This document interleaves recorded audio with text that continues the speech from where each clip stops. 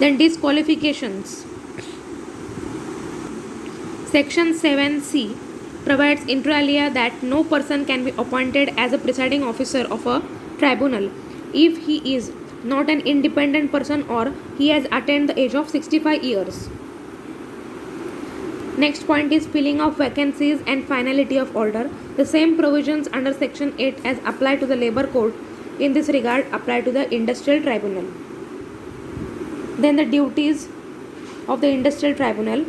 Section 15 prescribes that the appropriate government refers those disputes to the industrial tribunal for adjudication, should immediately start to solve and take out the conclusion of the dispute, and the industrial tribunal should submit the award to the appropriate government. This is according to section 15. Then according to section 10, the appropriate government refers the dispute from the third schedule, it will go to the tribunal, and the second schedule can be also referred to the industrial tribunal. Then when the dispute is from the third schedule and it is not likely to affect more than 100 workmen or a people, then the appropriate government will give the dispute to the labor court. Means when dispute is from the third schedule and it is not going to affect to the more than 100 workmen, then the appropriate government will refer the dispute to the labor court.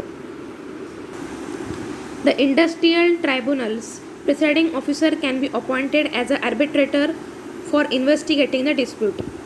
So we have seen the disqualifications, then filling of vacancies and finality of orders, then duties.